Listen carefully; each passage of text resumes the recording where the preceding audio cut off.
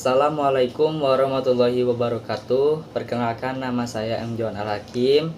Saya dari Prodi Pendidikan Jasmani Kesehatan Rekreasi. Baiklah, di sini saya akan membahas sedikit materi tentang penggunaan bahasa, campur kode, dan alih kode. Kode menurut Krida Laksana tahun 2011 dapat dibedakan menjadi 3, yaitu yang pertama, lambang atau sistem ungkapan yang dipakai dalam menggambarkan makna tertentu.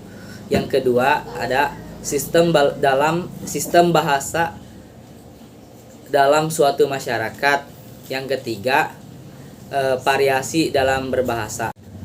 Berdasarkan pendapat-pendapat tersebut, dapat dikatakan bahwa kode mengacu pada bahasa dan setiap variasi bahasa. Dan kode merupakan varian yang nyata dipakai. Dengan kata lain, kode adalah bagian dari sebuah tuturan bahasa. Nah, begitulah penjelasan tentang kode. Terus, ada juga kode menurut pakar-pakar atau para ahli. Yang pertama, ada alih kode menurut Suwandi tahun 2010. Kode dapat terjadi dalam sebuah percakapan ketika seorang pembicara menggunakan sebuah bahasa dan mitra bicaranya manja jawab dengan bahasa lain.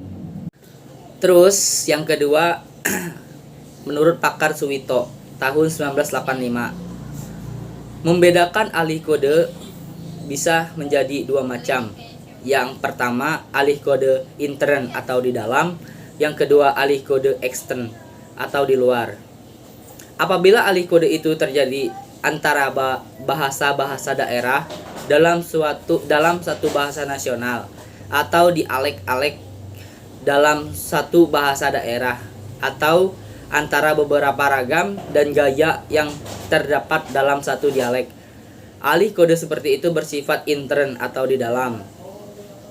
Nah, pengertian kedua, apabila yang terjadi adalah antara bahasa asli dan bahasa asing, maka alih kode itu ekstern atau di luar. Terus yang ketiga, ada juga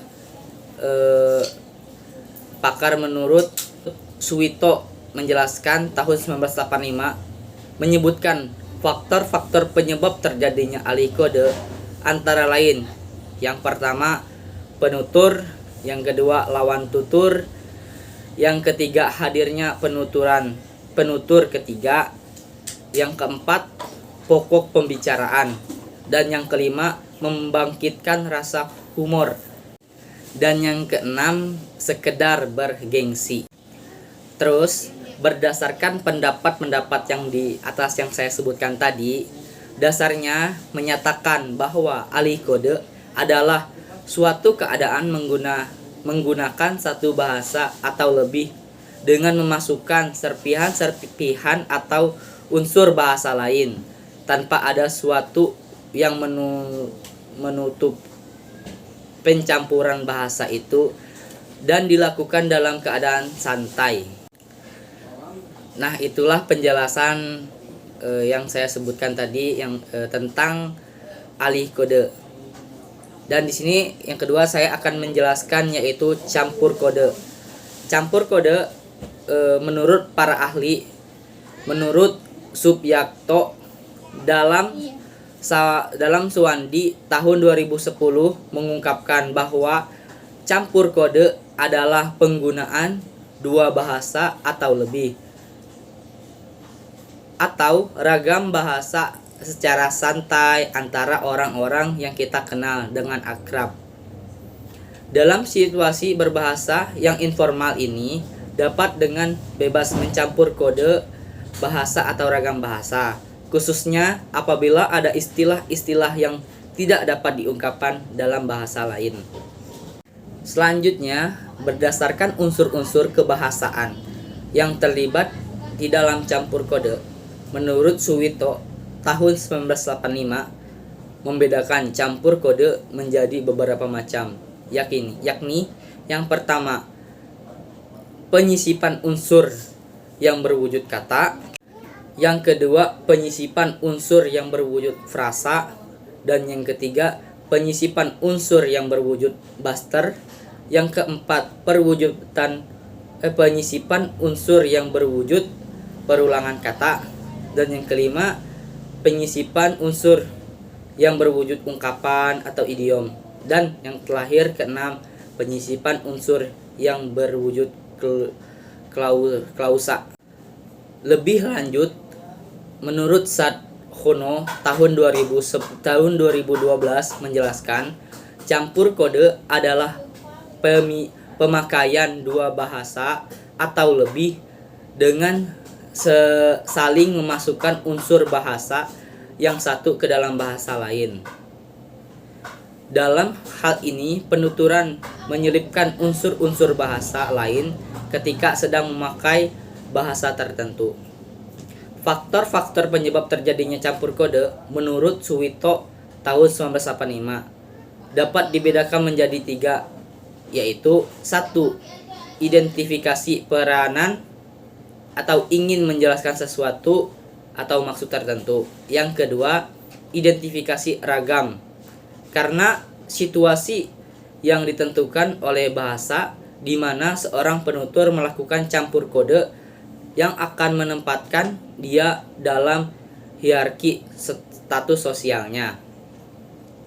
Dan yang ketiga, keinginan untuk menjelaskan dan menafsirkan, ingin menjalin keakraban penutur dan lawan tutur, menandai sikap dan hubungan terhadap orang lain, dan sikap serta hubungan terhadap orang lain terhadapnya. Berdasarkan pendapat-pendapat yang saya sebutkan tadi,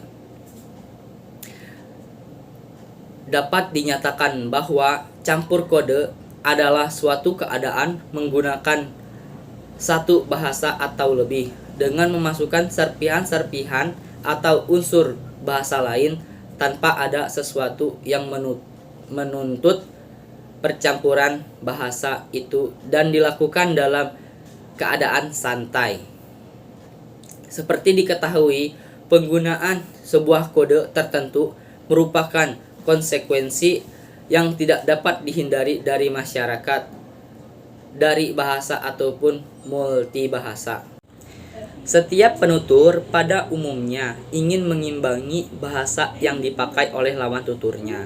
Dengan demikian, di dalam pembelajaran seperti pembelajaran bahasa Indonesia, seorang guru mungkin beralih kode sebanyak kali lawan tutur atau siswa yang dihadapinya. Mungkin cukup sekian materi yang dapat saya jelaskan. Kurangnya saya minta maaf. Jika kurang, teman-teman bisa mencari materi yang telah saya bahas ke internet atau website lainnya. Wassalamualaikum warahmatullahi wabarakatuh.